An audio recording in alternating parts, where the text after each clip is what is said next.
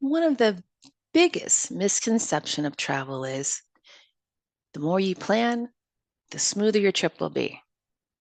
But sometimes it's not about planning more, it's about planning smarter. And occasionally realizing your perfect plan had a few flaws to begin with. Welcome to Travel Thoughtfully, the podcast, where we help you travel smarter so you can focus on the experience, not the planning. I'm Karen Hester, travel advisor and founder of Travel Thoughtfully. In the last episode, we talked about the lessons travel teaches us and how some of the most meaningful experiences come from moments that don't go exactly as planned.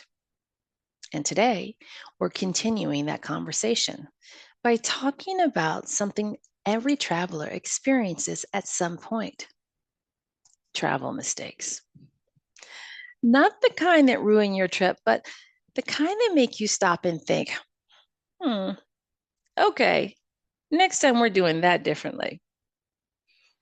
And what I've learned, both personally and as a travel advisor, is that these mistakes are incredibly common.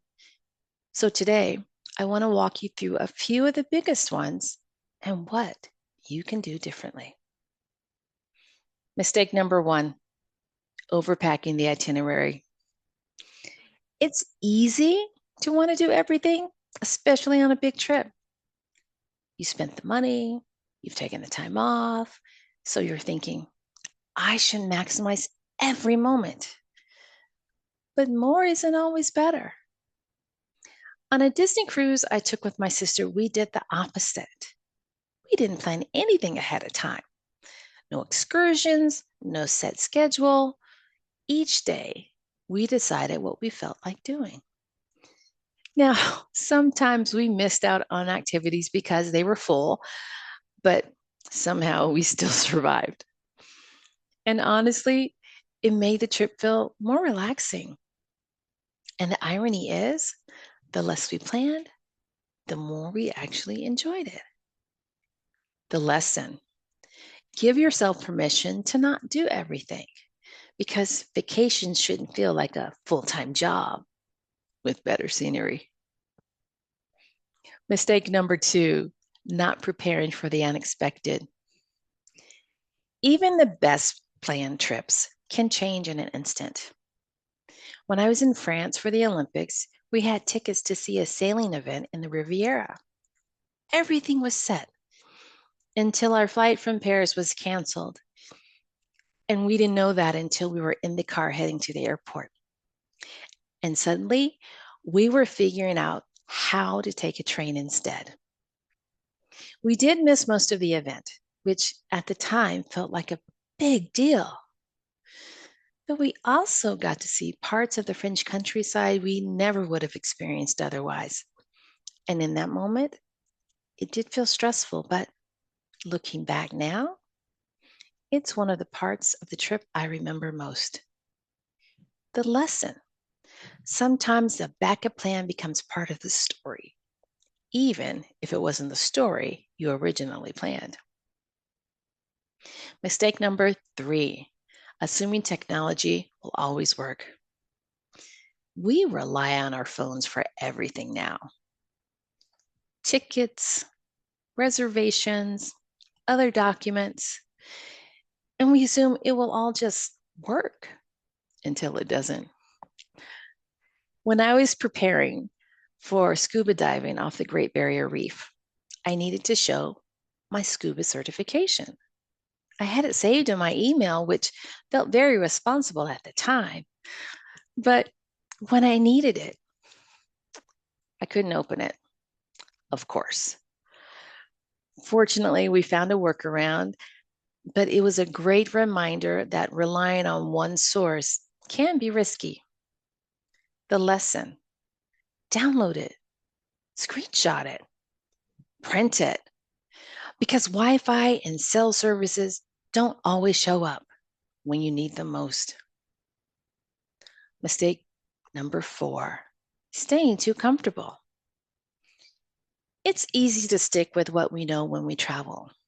familiar foods, familiar places, because it feels safe.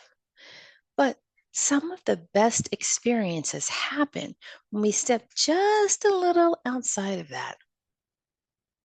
On a trip to Tanzania, we had a stop in Istanbul. We stayed at a boutique hotel owned by a relative of a friend, and the staff recommended some local places to eat, places I probably wouldn't have chosen on my own. But those meals ended up being some of the most memorable parts of the trip.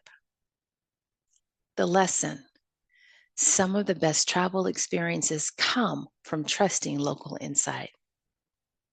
Mistake number 5, not asking for help. Now, this one surprised me. When I was in Paris for the Olympics, navigating Le Metro felt overwhelming. I didn't want to look like the typical tourist. So naturally, I looked like a confused tourist instead. Eventually, I went to the ticket window and asked for help. The first agent looked at me, rolled their eyes, and said, "No parles anglais." And that was it. I just stood there thinking, well, okay. But I tried again, this time using gestures and my phone app, and she waved over another agent. The second agent didn't speak English either, but she helped me get exactly where I needed to go. And in the end, everything worked out. The lesson: don't let fear or pride stop you from asking for help, because most people are willing to help, even if it takes a little creativity. The reason I'm sharing these mistakes isn't because mistakes are bad. They're actually part of the travel experience. But when you are aware of them ahead of time, you can spend less time being frustrated and more time actually enjoying the trip. And that's really the goal of travel: not perfection, but experience. Before we wrap up, I want to answer a question I hear quite a bit. How much should I actually plan before a trip? And the answer is, it depends. Some travelers love structure, others prefer flexibility. But in most cases, the best trips include a balance of both: enough planning to feel prepared, with enough flexibility to enjoy the unexpected.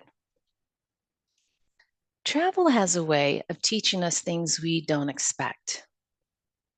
It teaches us patience, adaptability, and sometimes how to let go of control. Often, the things that don't go exactly as planned become the stories we talk about the most later. If you've ever had a travel moment where things didn't go as planned, but somehow still worked out, I'd love to hear about it. Or if you're planning a trip and trying to avoid some of these mistakes, feel free to share your questions too. Those are the kind of conversations I love bringing on to future episodes. Thanks for listening to Travel Thoughtfully, the podcast. At Travel Thoughtfully, our philosophy is simple: we plan, you experience. And next time, we're going to shift from mistakes to something just as important: how to design a trip that truly fits you. Because the difference between a good trip and a great one often comes down to how it's planned. I hope you join me next time.